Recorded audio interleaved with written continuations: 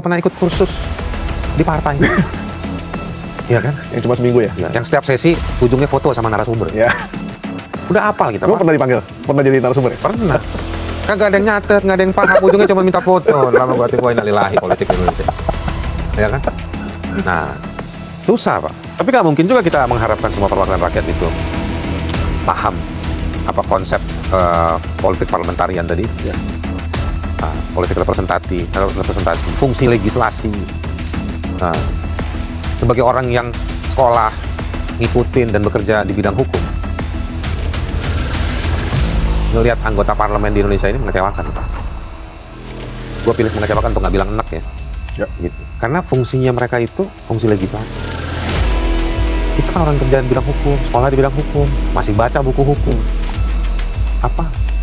Kok nggak? Kok jadi parlemen kita ini jadi bahan riset tentang buruknya produk undang-undang?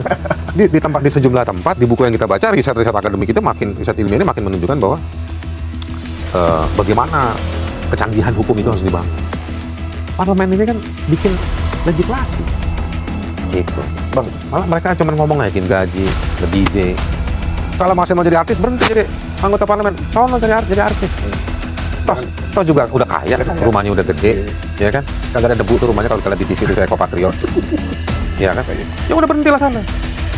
Kalau artis-artis ini menjadikan ranah politik ini sebagai panggung aksi mereka, salah mereka, jahat mereka. Kan kayak misalnya Uya Kuya bilang begini, emang ada masalah apa saya joget?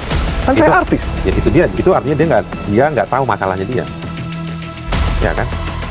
Nah itu kan eufemistik, ekspresi yang eufemistik, artinya penghalusan problem, penghalusan bahasa untuk sebuah problem. Justru kita tanya sama dia, apa masalah yang lu lihat terhadap pemerintah ketika melayani kami?